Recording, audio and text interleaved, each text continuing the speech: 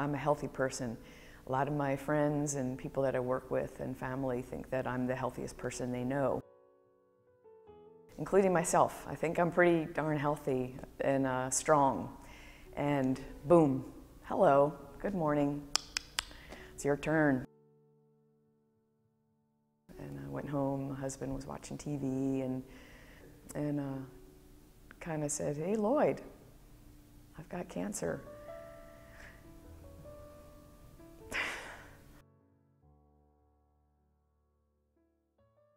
I don't think any of us expected open up the file and see the pathologist result was cancer stage 1.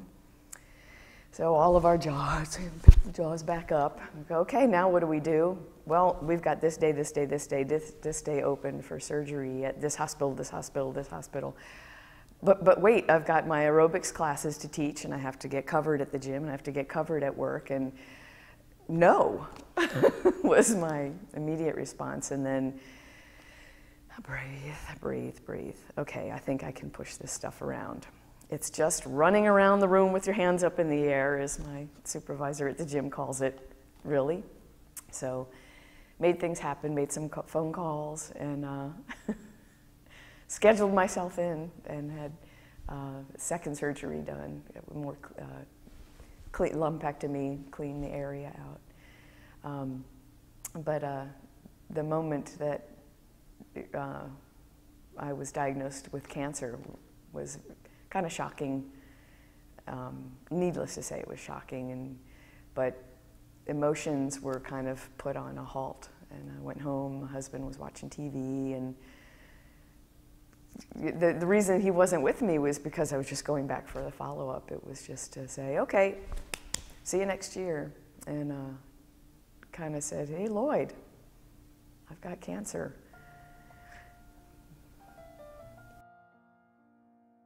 No, that's not my file.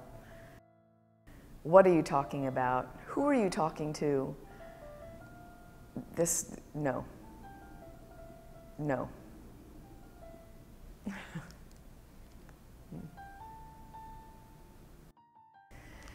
So I arched my shoulders, sat up straight, and continued, asked for time off at work if and when I needed it. My schedule was fabulous at the time. 3 years later, not so good, but fabulous at the time, so I was able to get in and out through my treatments and persevere, because the treatment seems to be worse than the disease. It can wear you down and tear you up. I had radiation for 7.5 weeks and did what the doctor said, no creams, no lotions or anything, but those little beads, they bounce around the room, and it can harm skin that's healthy and burn. But there are ways to, creams afterwards to prevent any chafing or blistering. Some physical therapy, myofascial release to ease the achiness. It's a lot of trauma to your upper body.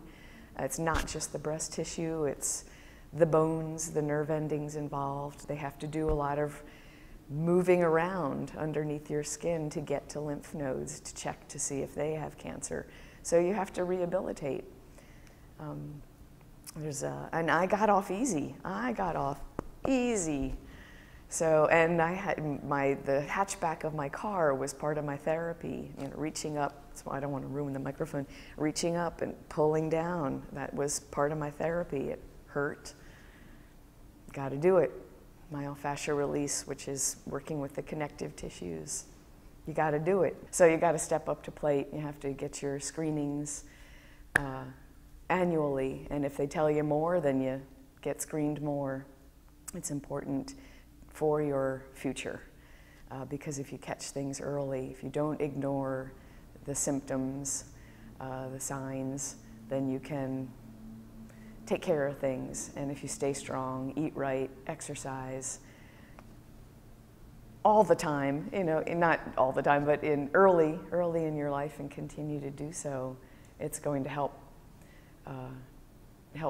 hold you up and support you through the process. What I've done with the help of a therapist to handle many obstacles that have arisen is to schedule sad time tears for Wednesday at 6 o'clock. I know it sounds kind of hokey. It lasts for about 3 hours, but there are moments when I'm driving or sitting with other people that just something will well up, and it's just inappropriate. As far as I'm concerned, it's just not the right time. And when you're driving, it can cause accidents, things like that. So my therapist has suggested scheduling a crying time.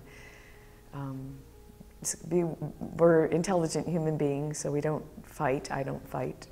I don't flight. I don't run away. So another way of coping with stress and thoughts and what's your experiences are happening is to cry. Through this process, I have gained some more certifications in health-related industry, and also have talked to people that are afraid to go have their screenings and mammograms, and kind of held their hands through the process.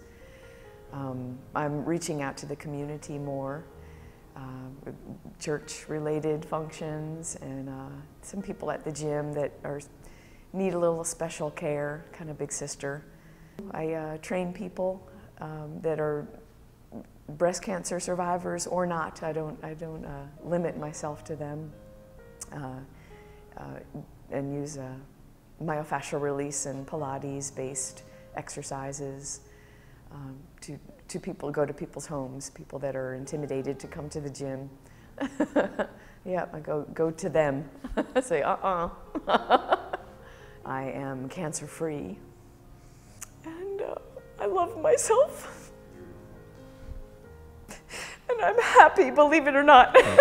I'm very happy. These are tears of joy, because I see my future, and it's bigger than I could ever believe without this event in my life. I think it helped me see my future.